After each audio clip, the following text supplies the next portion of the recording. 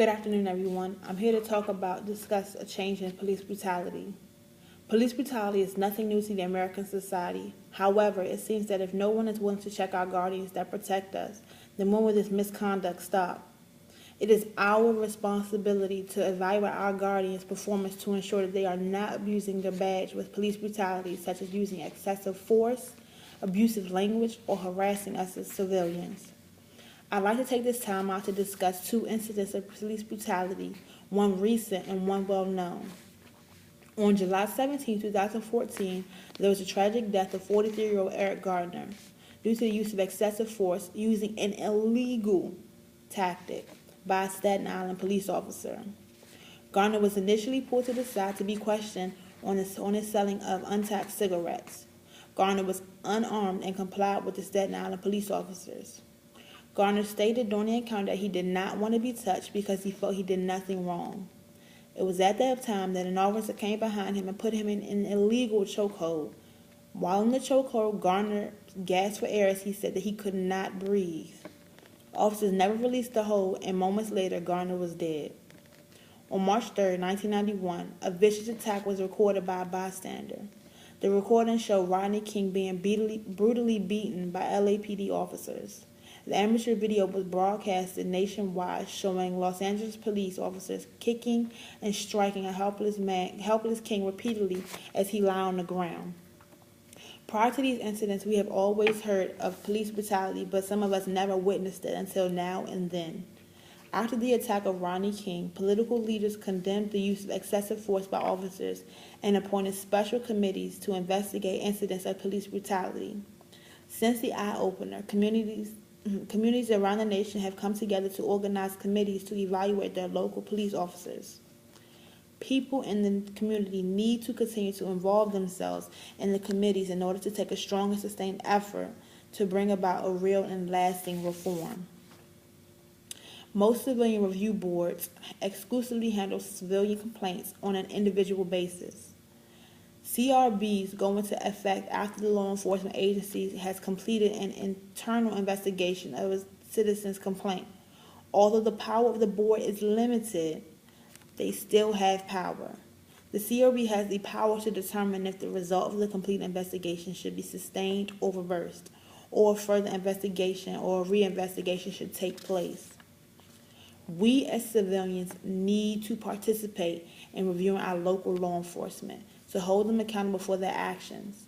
If we as civilians are more involved and voice our opinions and concerns, then there can be a potential decrease in officers abusing their badges and authority.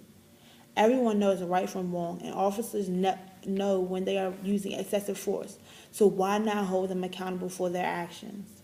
For those who not pose a threat, why are they handcuffed and beaten while they are defenseless?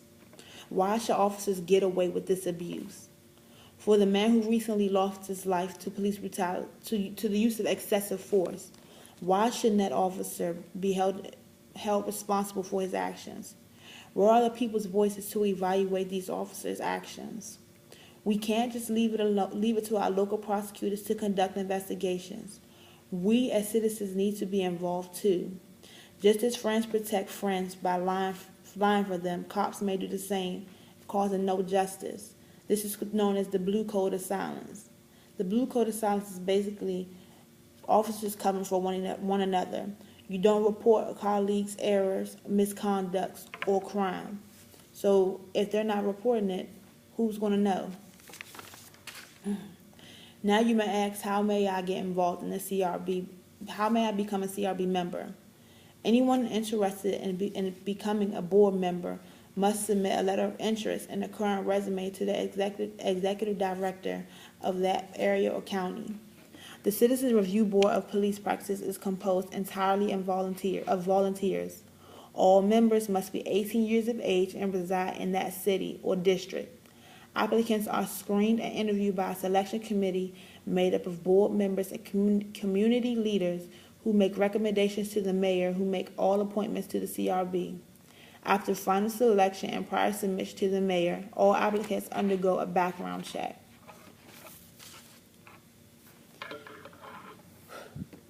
People in our communities need to continue to become involved in their local review committees of police officers in order to take a strong and sustained effort to bring about a real and lasting reform for our police officers.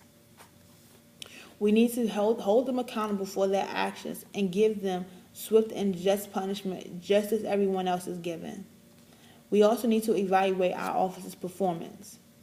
And finally, we need to become more involved in our CRB committees.